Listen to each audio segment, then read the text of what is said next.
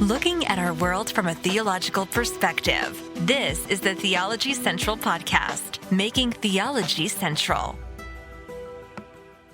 Good morning, everyone. It is Friday, October the 8th, 2021. It is currently 11:23 a.m. Central Time, and I'm coming to you live from the empty sanctuary of Victory Baptist Church, located right here in Ovalo, Texas. As always, thank you so much for listening. Whenever you may listen, however you may listen, we greatly appreciate it. I really do. And thank you. Thank you to the person who went to theologycentral.net, and they left a review for the podcast. We greatly appreciate that. We thank you for just listening, streaming, downloading, sharing. And of course, if you can ever give us a 5-star rating or leave us a review on Apple Podcast, we really appreciate that. Help us try to be discovered on Apple Podcast.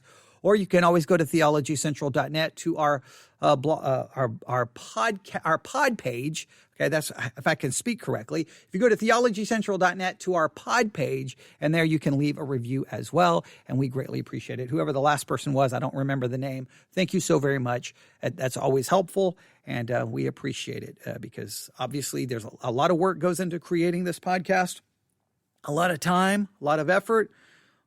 Even a lot of money goes into all the costs that's associated with doing everything we do. So we appreciate any support, and hopefully that we are giving you something that is beneficial and helpful. And right now we are in the middle of a series.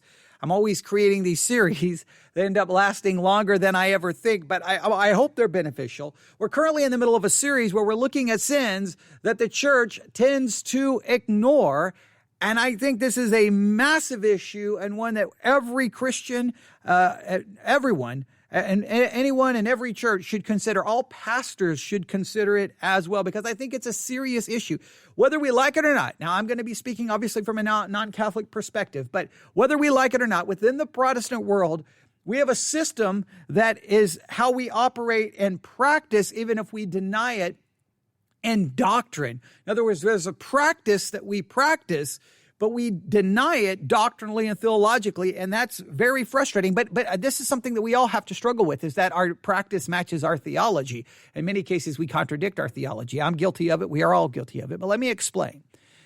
In the church, there are certain sins that rises to a level of prominence, right? These sins get the position of preeminence and prominence, and these are the ones. So if anyone wants to, those are the sins that you have to avoid, because if you commit those sins, well, I'm sorry, bad things are going to happen. Church discipline, you're going to be confronted. You may be branded with a scarlet letter. These are the sins. In fact, if you commit certain sins, your salvation may be greatly called into question, and people may say, well, I don't even know if you're saved. How can you commit that sin and be saved? You've heard that language talked probably in your church and around Christians. It's talked about all the time.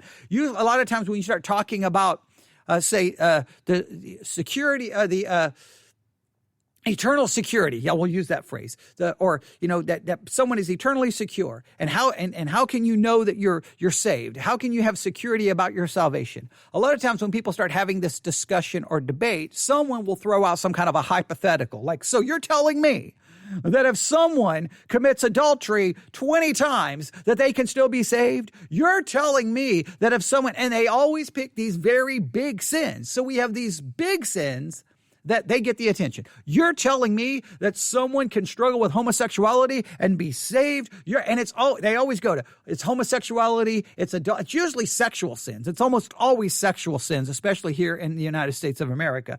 Those are the sins that, boom. They're going to go, they go to the top of the chart, right? Sexual sin. But there are other sins that we almost treat them like, well, they're not as important. So basically, even though as non-Catholics, we've created a system where we have a list of mortal sins, the serious ones, venial sins. Mortal sins will get you church disciplined, your salvation questioned, and you should not have any eternal security.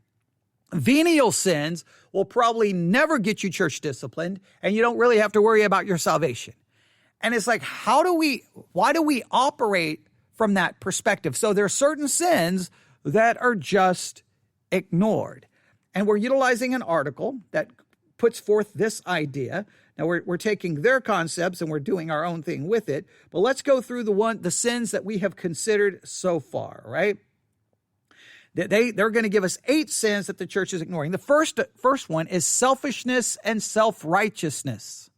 Selfishness and self-righteousness. You can go back and listen to part 1. We won't go all through it, but I mean, there's a lot there that you don't see a lot of discussion about selfishness and self-righteousness in the church. You don't see people usually getting church discipline for self-righteousness or selfishness. You don't usually have people's salvation called into question for selfishness or self-righteousness. It's just a sin. People may acknowledge self-righteousness and selfishness as a sin, but it doesn't have the same bang as something as adultery, pornography, fornication, homosexuality. Now, that gets the attention, but selfishness, self-righteousness, no. In fact, in many cases, it may almost be celebrated, but that's a whole different story. Number 2, patriotism. Now, some people say, well, patriotism is not a sin.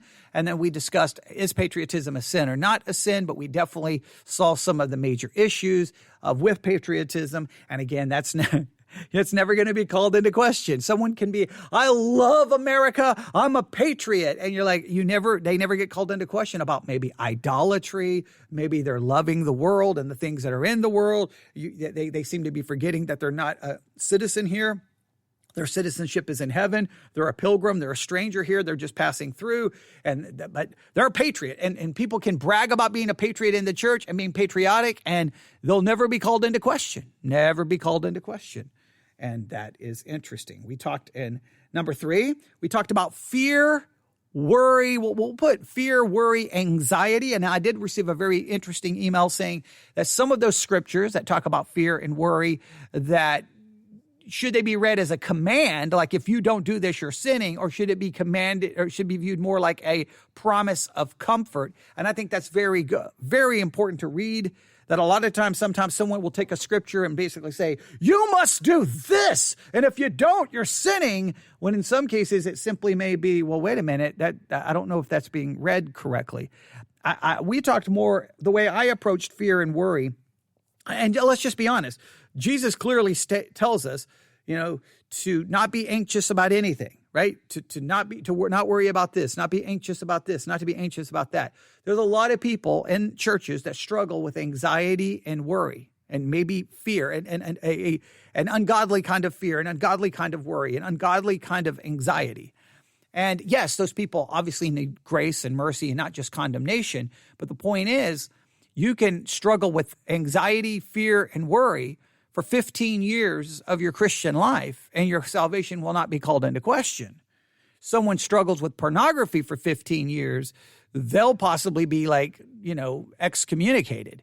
If someone struggled with adultery for 15 years, that would be, what, you keep committing adultery? What is your problem? But again, something like worry, anxiety, well, that's okay. And that's just the way the game is played. These are the big sins.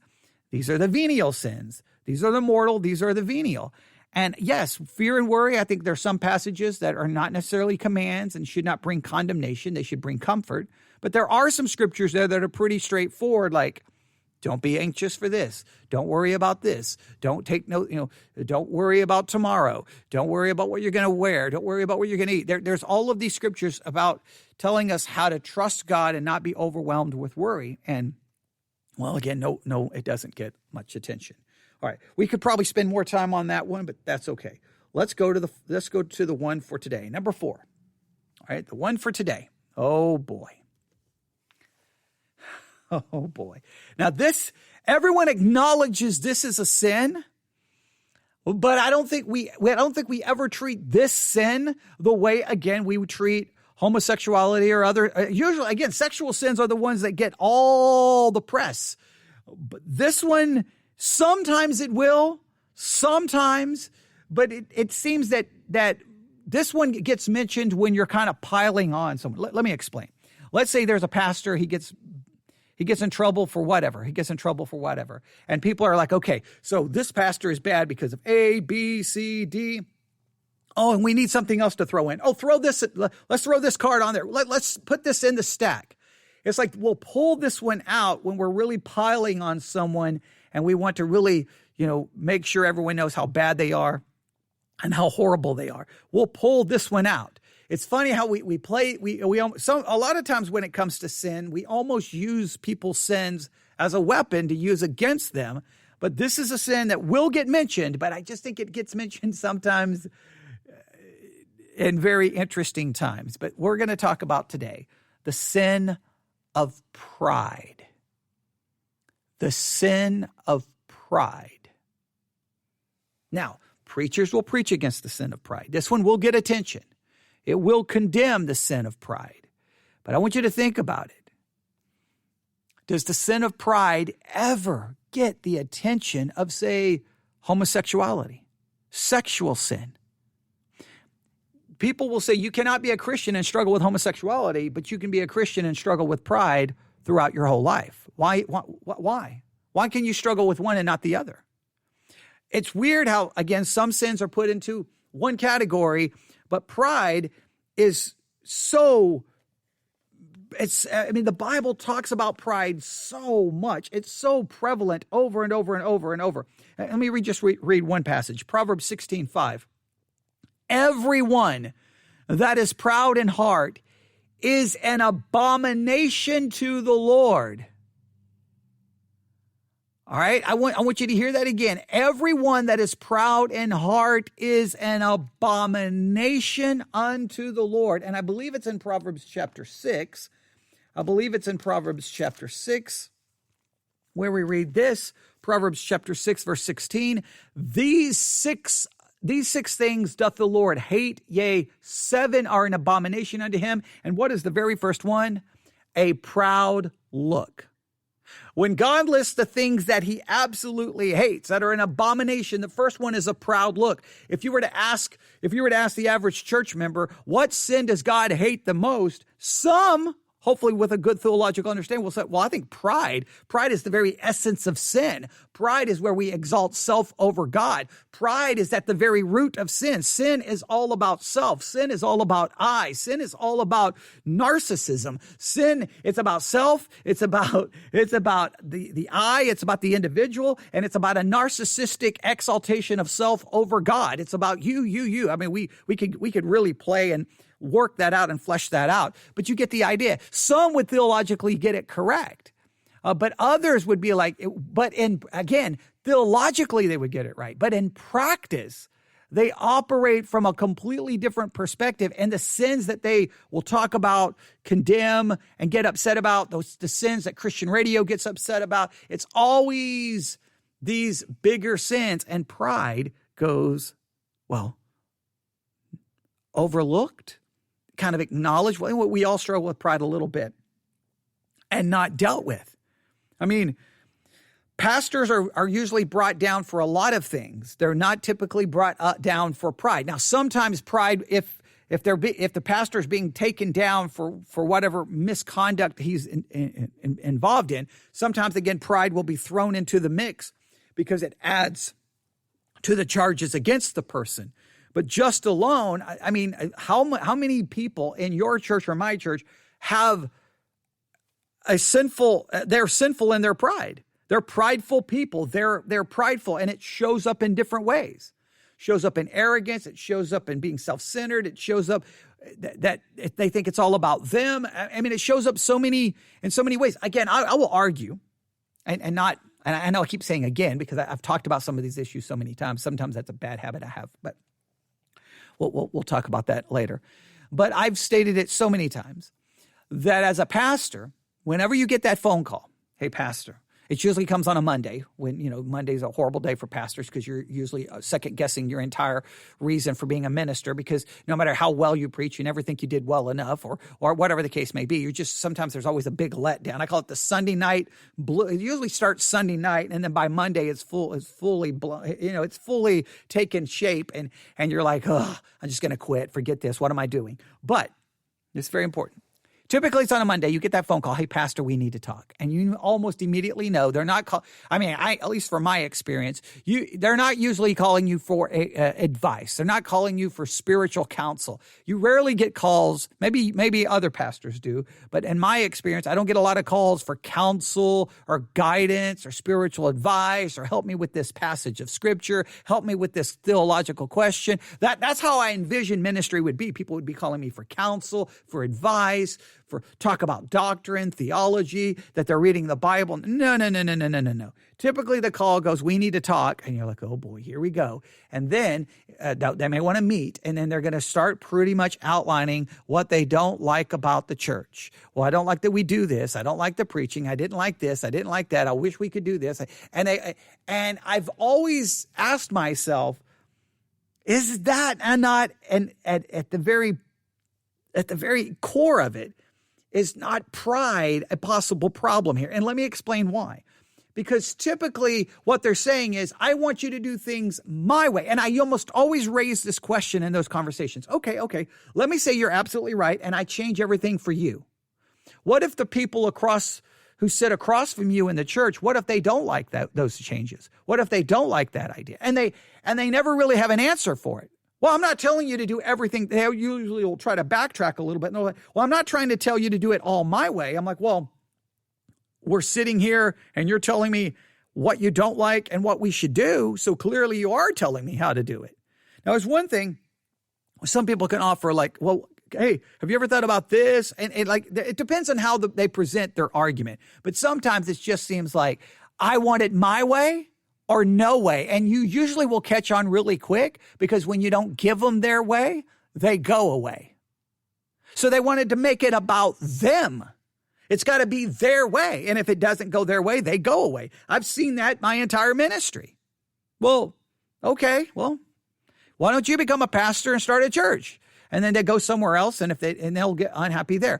Here's how the article describes pride. We talk about pride all the time in church. We consistently discuss how detrimental and dangerous it is, but it seems like we don't recognize what pride actually is. We don't realize that every time we refuse someone forgiveness, we're acting in pride. Every time we argue with a friend, family member, or spouse and insist that you will not be the one to apologize first, then you act out of pride. Remember the grace that Christ extends to you, and try to extend that same grace and forgiveness to others. Now, they're connecting pride with the lack of forgiveness and arguing. All arguing really, in most cases, arises from pride, because you have two individuals fighting for their way. They're fighting for what they want. They're fighting for their perspective. And they're like, I'm right, you're wrong. There's an element of pride built into it. But the Bible condemns pride over and over again. We could literally spend, in fact, how many do I have here? I have here, is it 100? I think I have 100 verses here dealing with pride. And I'm not going to go through all of these right now, because the goal here is not to have an in-depth Bible study on the subject. It's just to bring these issues up and to get us thinking about it. But I just think that it's sad that we condemn other sins. Other people will be brought down for certain sins, but when it comes to, say, pride, it's kind of just overlooked. I said 1 Peter 5. Yeah, let me look at it. I think 1 Peter 5 is a good passage to at least consider. 1 Peter chapter 5, I believe it's 1 Peter 5. I'm going from memory here. 1 Peter 5. Yeah, 1 Peter chapter 5, verse 5. 1 Peter chapter 5, verse 5. Likewise, ye younger, submit yourselves unto the elder. Yea, all of you be subject one to another, and be clothed with humility, for God resisteth the proud and giveth grace to the humble. God resists the proud. He resists pride. Why is it that there's almost, if you think about this, There's almost an acceptable level of pride that can be evident in you and in your church, and no one feels that convicted about it. There can be a little bit of pride there. And it's almost like that's okay. Now there's other sins there cannot be like an acceptable level of. Well, you can only do this many times. No. Other things are just flat out condemned. But pride, it's like, well, that person seems to be a little prideful. They seem to be a little self-centered. They seem to be a little arrogant. Okay. And you can tolerate it. You can tell you got to give them a little time. They got to grow. Maybe that some of this will go away with maturity, and you give them a chance to struggle through it. You give them a chance to work it out before you just start confrontation, condemnation. But there's other sins. No. It's like, now, boom, let's deal with it. Now, I understand different sins can affect different things. I understand that there are some distinctions, but I'm just saying when God lists the things he hates, he starts with pride. And if you listen to many Christians, God got his list backwards, right? Like many people are like, okay, here's what God hates. He hates rock and roll. He hates rap. He hates rated R movies. He hates violent video games. He hates critical race theory. He hates homosexuality. And they'll go through all of these things. And you're like, well, let's start with God starts with pride. Now, I'm not saying that these other issues should not be discussed or talked about. Please hear me correctly. I'm not saying that there are not other issues to ever discuss or talk about. What I'm trying to demonstrate is that sometimes we elevate some over others, and others get ignored and almost tolerated. Pride is sinful. God condemns it. He resists the proud. The proud are an abomination unto him. God hates a proud look. How is pride in your life? How is it in my life? How is it in your church? How is it in my church? And we can't just talk about it. We can't just preach about it. We've got to really recognize what it is and how it's evident and condemn it. But so many times, pride is clearly the issue. And how many times do you see people like this person has a massive sin problem with pride? They've been confronted. They won't repent of their pride, so we're going to excommunicate them for pride. It doesn't usually work that way. Doesn't usually work that way. And with many of these sins, they don't get the attention. Now, when dealing with people in sin, I think we have to show grace. We have to show mercy. The goal should always be to restore, not to destroy, to help, not to shame, to build up, not to tear down. Our goal should always be to benefit everyone involved and bring restoration. Sometimes it's just about destroying people. But I think we also have to, and I know I know some people are going to lose their minds when I say this. I think sometimes you also have to allow people the opportunity to struggle and work through and kind of work out their own salvation with fear and trembling. We have to work it out. And there's going to be ups and downs. There's going to be failures. Now, I'm not saying we just overlook it. I'm just saying sometimes you got to give a person a little opportunity to struggle through some issues. I'm not saying you just like, well, just let them do whatever they want. No, sometimes there has to be confrontation. I completely understand that. But even in that confrontation, there can be confrontation saying, hey, you can't, this is a sin. You can't keep doing this. This is going to lead to a problem. But you also give them an opportunity to struggle and try to work it out, and you're there with them.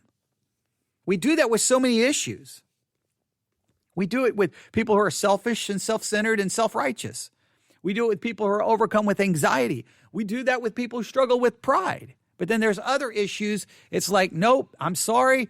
It's basically like you're like a racehorse. You broke your leg. You're not good anymore. We're going to take you out behind the church and put you down. I just think that we have to have a different approach. And pride is really the essence of it all. Pride, sin, the very essence of sin is self.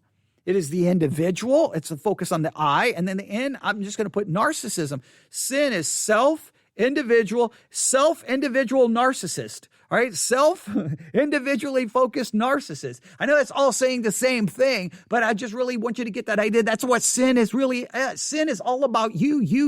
When the issue becomes about you, your feelings, your wants, your desire, your way, you. Pride is at work. Whenever your argument is about, you don't do this for me, you make me feel this way, and it's all about their actions and how it negatively impacts you, or you're not getting what you want, pride is at work a little bit because it's about you. When Jesus says, no, deny self, die to self, follow Christ, and put others before self.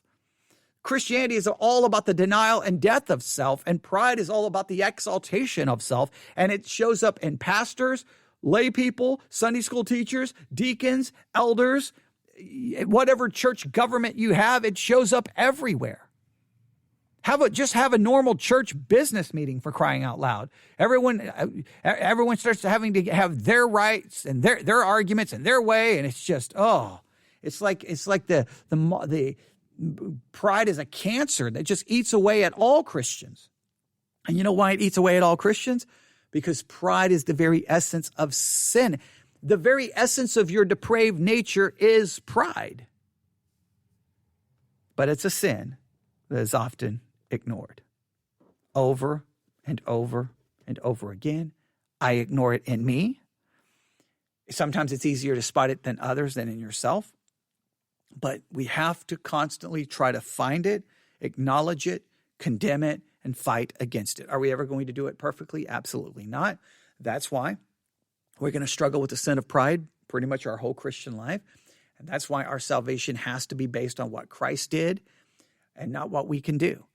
That doesn't mean we excuse pride, but it just means that hopefully you're looking to something other for your salvation other than your performance, because your pride's going to demonstrate itself over and over and over again. All right, I'm going to stop right there. I know I'm making these very short. and to the point, but that's kind of the goal here. Each one, I just want to kind of just throw the concept out, and then I'm not really trying to do a full teaching on each one. Each one could be a full sermon series. You could do a full sermon series on pride. You could do a full sermon series on fear and worry. You could do a full sermon series on idolatry / patriotism. You could do a full sermon series on selfishness and self-righteousness. I'm just throwing these out there to get people to think about them. And hopefully people appreciate that. All right, I'll stop right there. You can email me, newsif@yahoo.com, newsif@yahoo.com. All right, everyone have a great day. God bless.